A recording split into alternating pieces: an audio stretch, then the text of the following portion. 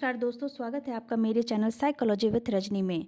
दोस्तों, पिछले वीडियो में हमने स्टेजेस ऑफ साइकोलॉजी के बारे में पढ़ा था। आज के वीडियो में हम लोग नेक्स्ट टॉपिक को पढ़ेंगे। तो चलिए दोस्तों, हम लोग स्टार्ट करते हैं। Psychology with Rajni my channel name, और हमारा जो आज का टॉपिक है वो है आपका ब्रांचेज ऑफ साइकोलॉजी, यानी कि जो scope of branches of psychology यानी मनोविज्ञान का क्षेत्र एवं शाखाएं। तो ब्रांचेज ऑफ साइकोलॉजी के अनुसार मनोविज्ञान का जो क्षेत्र या शाखा है वो कुल 14 है। कहीं कहीं 21 और 23 बताया गया है, परंतु एनसीईआरटी के अनुसार कुल 14 शाखाओं के बारे में समझाया गया है।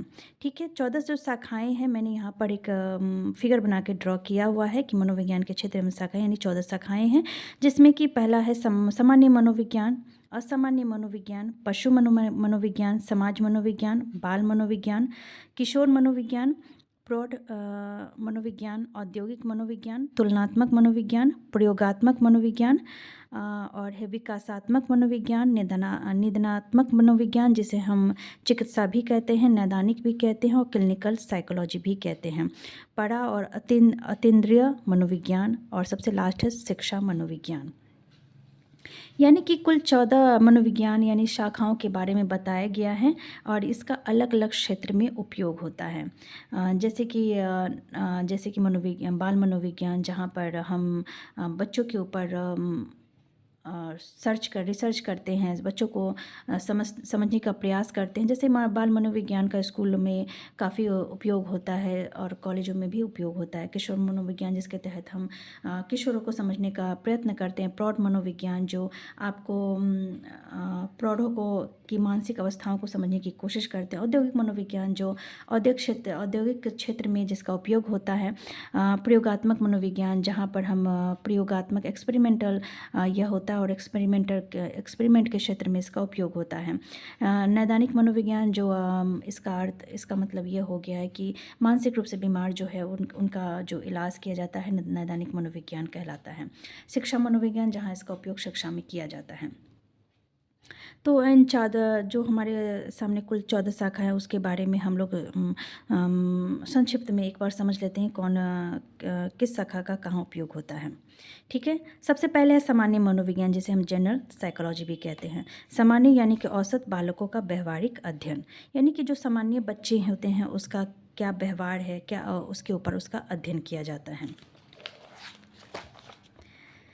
सेकंड है असामान्य मनोविज्ञान यानी कि एबनॉर्मल साइकोलॉजी, सामान्य से भिन्न, यानी कि जो सामान्य नहीं होते हैं, सामान्य से थोड़े भिन्न होते हैं, वैसे बच्चों का असामान्य मनोविज्ञान में अध्ययन किया जाता है।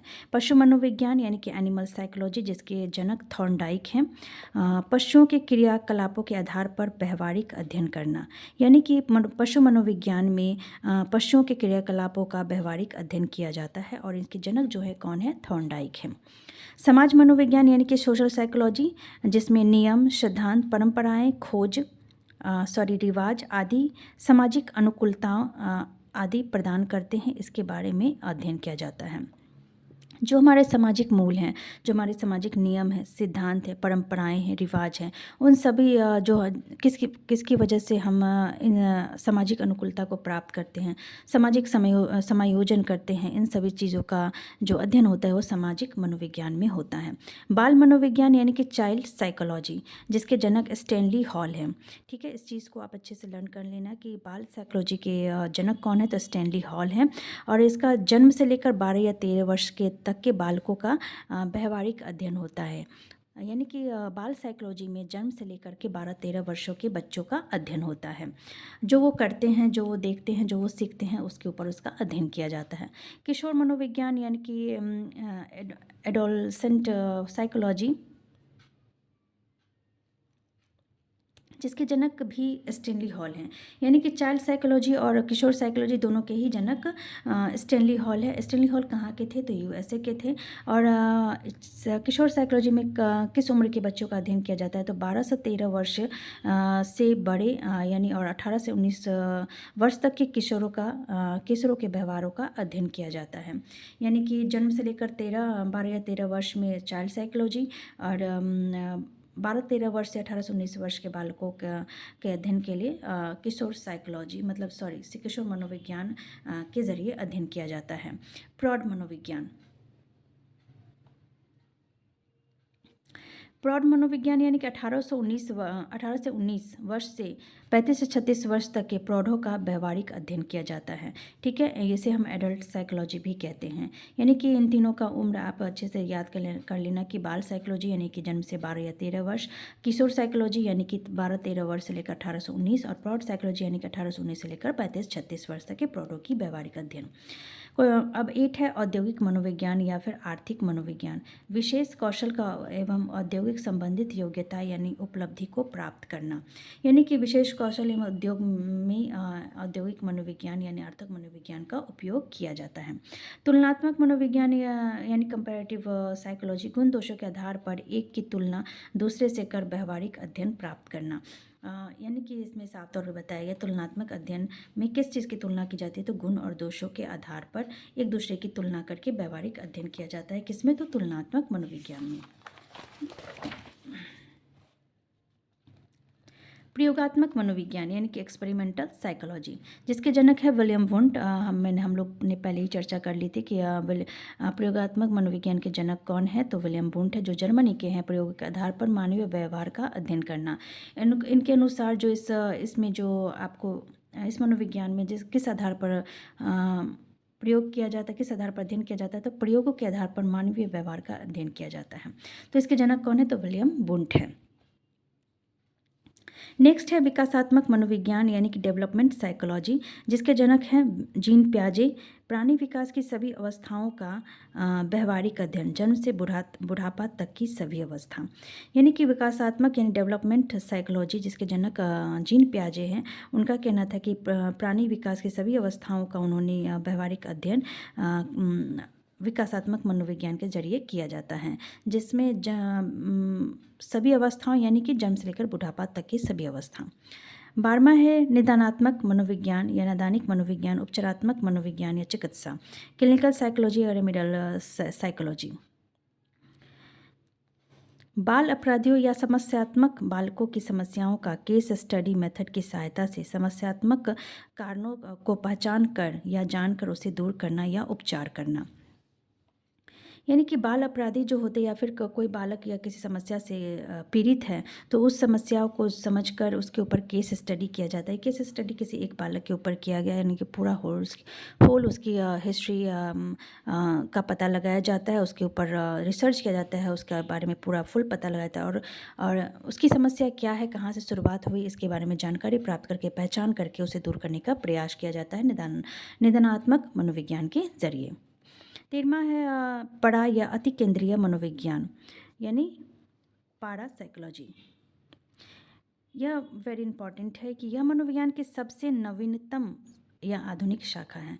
तो ये आपसे पूछा जा सकता है कि सबसे नवीनतम शाखा कौन सी है? तो पारा या अति केंद्रीय मनोविज्ञान सबसे नवीनतम शाखा है। ठीक है, इसमें टेलीपैथी की सहायता से प्राणी संवेदना भावों को जाना पहचाना जाता है। टेलीपैथी यानी एक दूसरे की भावनाओं को समझना, यानी कि टेलीपैथी के ज़रिए हम एक दूसरे की भावनाओं को समझते हैं और उसकी सहायता से हम जो किसी समस्या से ग्रसित है उस समस्या को दूर करने का प्रयास करते हैं। यह पूर्वाभास पर आधारित व्यवहार है, यानी कि जो पूर्व में घटना घट गई है उसके बारे में भी जान करके हम उसके व्यवहार का अध्ययन करते हैं। भूत प्रेत काल्पनिक घटनाओं का अध्ययन किया जाता है। इसके ज़रिए जो काल्पनिक घटनाएँ होती हैं, भूत प्रेत, इसके बारे में भी अध्ययन किया जाता है। क्या वो जो बालक है जिसके जो समस्या से पीड़ित है, क्या इस तरह की काल्पनिक घटनाएँ भी क्या उसे इफ़ेक्ट कर रही है और कर रही है, तो फिर उसके बारे में जानकर उसको समझ कर उसका दूर करने का प्रयास किया जाता है परा अति केंद्रीय मनोविज्ञान के जरिए। 14 है शिक्षा मनोविज्ञान यानी एजुकेशन साइकोलॉजी, जिसके जनक है E.L. थॉर्नडाइक, जो यूएसए के हैं थॉर्नडाइक, जो बहुत ही फेमस नाम है। शैक्षिक वातावरण मानव व्यवहार का अध्ययन कर उसमें परिवर्तन या परिमार्जन करना। शैक्षिक वातावरण में क्या होता है ना कि जब स्कूल और स्कूल में कॉलेज में जो आपका एजुकेशनल जो माहौल होता है, जो इन्वायरमेंट होता है, उसमें मानव व्यवहार का अध्ययन करके उसके ऊपर रिसर्च करके उसमें परिवर्तन किया जा सकता है, परिमार्जन किया जा सकता है। परिमार्जन या परिवर्तन को ही किया कर कहते हैं। ठीक है, व्यवहारों का अध्ययन किया जाता है शैक्षिक वातावरण में, यानी कि जो आपका शैक्षिक वातावरण होता है ना, उसमें आपके अंदर जब आप सीखते हो तो आपके व्यवहारों में बहुत परिवर्तन आता है। शिक्षा मनोविज्ञान की उत्पत्ति कब से हुई? तो 19वीं सदी में हुई। इससे रिलेटेड क्वेश्चन है। शिक्षा मनोविज्ञान की उत्पत्ति एक स्वतंत्र विषय के रूप में कब से हुई? तो 1920 में हुई।